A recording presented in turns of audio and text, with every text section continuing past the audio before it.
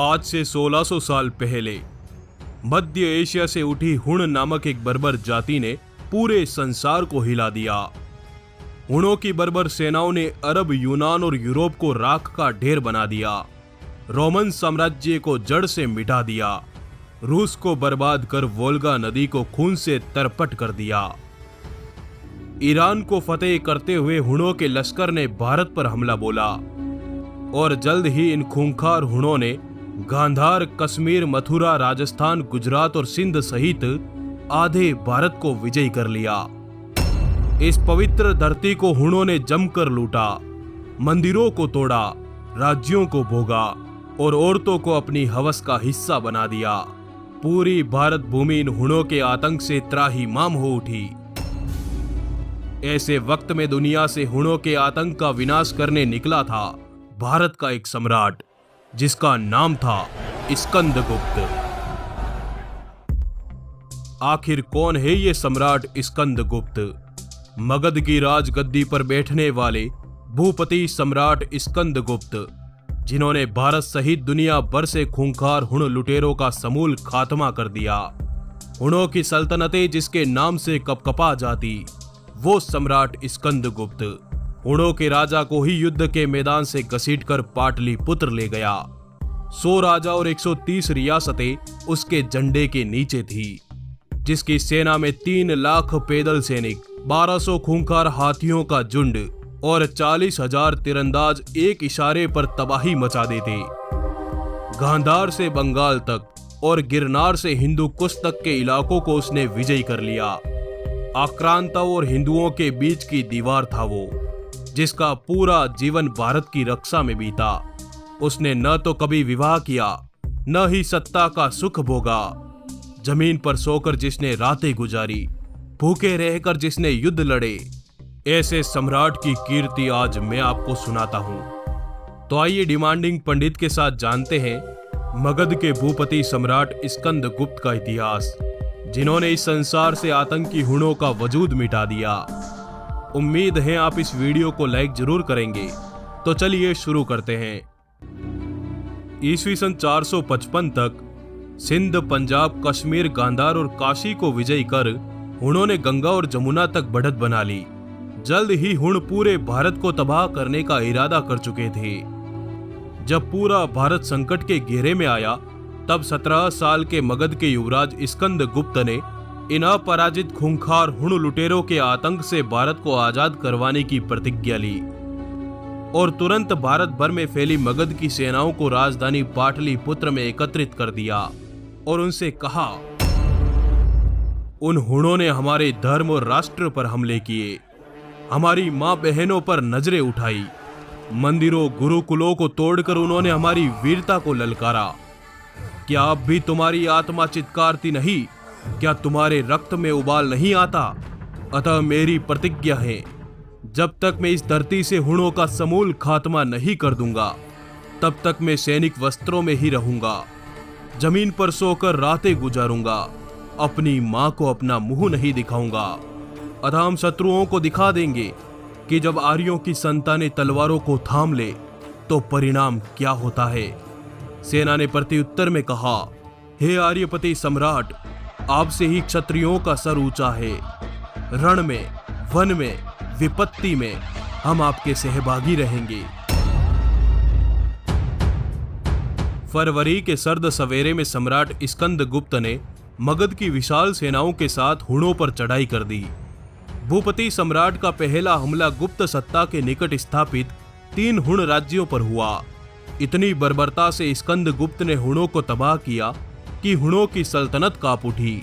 मगध का विशाल सैलाब रणभूमि में उतरा और हुणों द्वारा स्थापित 3 रियासतों पर मगध का ध्वज लहरा दिया। हुणों के कटे मुंडों के साथ स्कंदगुप्त ने राजधानी पाटलिपुत्र में प्रवेश किया। हुणों पर पहली बार किसी ने हमला करने का साहस किया। इस घटना से गंगा घाटी में बैठा हुण सत्ता का मुख्य सरदार खुशनेवाज क्रोध से भर गया, परंतु उसने सीधे गुप्त सत्ता से टकराने के बजाय स्कंदगुप्त के पड़ोसी राज्य मालवा पर हमला किया। बर्बरता की काली तलवारों के साथ हुणों के विशाल लश्कर ने मालवा पर चढ़ाई कर दी। इस समय मालवा के राजा बंधु वर्मा ने हुणों की खूंखार सेना से डरकर मालवा दुर्ग के द्वार बंद कर दिए और स्कंदगुप्त से रक्षा की गुहार लगाते हुए एक पत्र लिखा। यह पत्र पाते ही स्कंदगुप्त ने मगध से प्रस्थान किया और एक विराट सेना के साथ आर्यपति ने क्षिप्रा नदी को पार कर मालवा देश में प्रवेश किया। स्कंदा के आने की खबर सुन हुणों के पांव थर थर कांपने लगे। इन कांपते हुणों पर मगध की सेना एक काल बनकर टूट पड़ी। स्कंदगुप्त का हमला इतना भयानक था कि पूरा मालवा हिल गया। लाशों के ढेर में हुण सेनापति को 800 हुणों के साथ बंदी बना लिया गया। ऐसे भयंकर सम्राट स्कंदगुप्त के पराक्रम के आगे मालवा की सत्ता झुक गई और बंधु वर्मा ने स्कंदगुप्त को अपना अधिपति स्वीकार कर लिया। इसी समय स्कंदगुप्त को अपने पिता कुमारगुप्त की मृत्यु का संदेश मिला। स्कंदगुप्त ने तुरंत मगध की तरफ कूच कर दिया। इधर राजधानी पाटलिपुत्र राजा कुमारगुप्त की मृत्यु के बाद युद्ध का मैदान बन गई। युद्ध मानो नियति बना। मगध का सिंहासन खून से सन गया। स्कंदगुप्त के सभी भाइयों और रिश्तेदारों के मध्य सत्ता को लेकर भयंकर युद्ध छिड़ गया। आज के पटना की धरती को भीमका योद्धाओं ने रक्त से नहला दिया। तभी स्कंदगुप्त ने अपनी सेनाओं के साथ राजधानी पाटलिपुत्र में प्रवेश किया। स्कंदगुप्त के युद्ध भूमि में आते ही मैदान में सन्नाटा पसर गया। मगध की सत्ता का सबसे तगड़ा दावेदार मैदान में उतर चुका था और जल्द ही भूपति सम्राट स्कंदगुप्त ने मगध की राज सत्ता पर अपना दावा ठोक दिया और विक्रमादित्य की उपाधि धारण कर ली। इधर स्कंदगुप्त द्वारा मालवा में हुणों के सामूहिक कत्लेआम से हुण सरदार खुशनेवाज बदले की आग से तप उठा। उसने भारत में मौजूद अपने तमाम हुण सामंतों को गंगा पर एकत्र किया और 3 लाख की विशाल सेना के साथ गुप्त सत्ता का नामो निशान मिटाने की कसम खाते हुए मगध की ओर प्रस्थान कर दिया। ईस्वी सन 455 को मगध की विशाल सेनाओं ने हर हर महादेव की ललकारों के साथ गंगा की तरफ कूच किया। आज के गाजीपुर के निकट सैदपुर फाटा में दोनों सेनाओं के मध्य भीषण युद्ध हुआ। स्कंदगुप्त 2 लाख योद्धाओं के साथ मैदान में उतरे। युद्ध इतना भयंकर था कि हाथियों और विशाल सेनाओं से युद्ध भूमि में तेज आंधियों के साथ बवंडर उठा और तभी 2 हाथों में तलवार लिए सम्राट स्कंदगुप्त ने युद्ध के मैदान में प्रवेश किया। युद्ध भूमि में आते ही स्कंदगुप्त ने रणभूमि में ऐसा कत्लेआम मचाया कि गंगा का बहाव भी लाल पड़ गया। स्कंदा की एक आवाज पर हिंदू योद्धाओं ने शत्रुओं के मस्तक उतारने शुरू किए। हिंदवी तलवारों ने मुंड के मुंड काट डाले। सम्राट रणभूमि के बीच में थे। उन्होंने हुण नरेश खुमान को बीच रण से पकड़ लिया और उसे घसीटकर पाटलिपुत्र ले गए, जहां उसकी छाती पर पांव गाड़कर सम्राट ने उससे माफी मंगवाई और फिर कभी भारत न आने की शर्त पर उसे अटक दरिया के पार भेज दिया गया। सम्राट ने सिंध से यवनों की सत्ता को ढहा दिया। कई दशकों बाद कश्मीर में पुनः एक आर्य राज्य की स्थापना की गई। मात्र गुप्त को कश्मीर का सामंत नियुक्त किया गया। गांधार को पुनः आर्य सत्ता में मिला लिया गया। सेनापति बंधु वर्मा के नेतृत्व में एक भारी लश्कर सिंध के पार भेजा गया, जिसने सुदूर खुरासान और फारस के पर्वतों तक मगध का ध्वज लहरा दिया।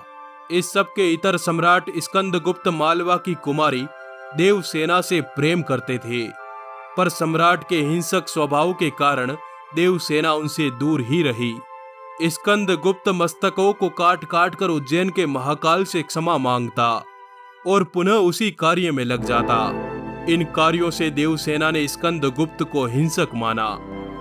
भूपति सम्राट स्कंदगुप्त ने सत्ता की चाह कभी रखी नहीं। उसने कहा, क्षत्रिय जो केवल खड्ग और तलवारों पर इतराते हैं, उन्हें महलों और भवनों का लोभ नहीं होता। उसका संपूर्ण जीवन युद्ध युद्ध और सिर्फ युद्ध में बीता। उसके ही प्रताप से आज भारत का अस्तित्व कायम रहा। भीतरी शिलालेख में लिखा है कि उसकी कीर्ति की कहानियां सदैव हर हिंदू के मुख पर रहेगी, पर आज भारत में कोई उनका नाम भी नहीं जानता। अगर आपका हृदय कहे तो इस वीडियो को शेयर करें, लाइक करें कमेंट में जय मगध राज भूपति सम्राट स्कंदगुप्त जरूर लिखें। भूपति अर्थात पृथ्वी का विजेता। आपका आभार, धन्यवाद। जुड़े रहिए।